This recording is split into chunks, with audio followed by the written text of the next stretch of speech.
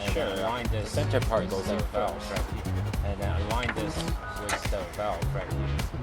So basically, just place it at the right position first. So basically, just place it at the right position first.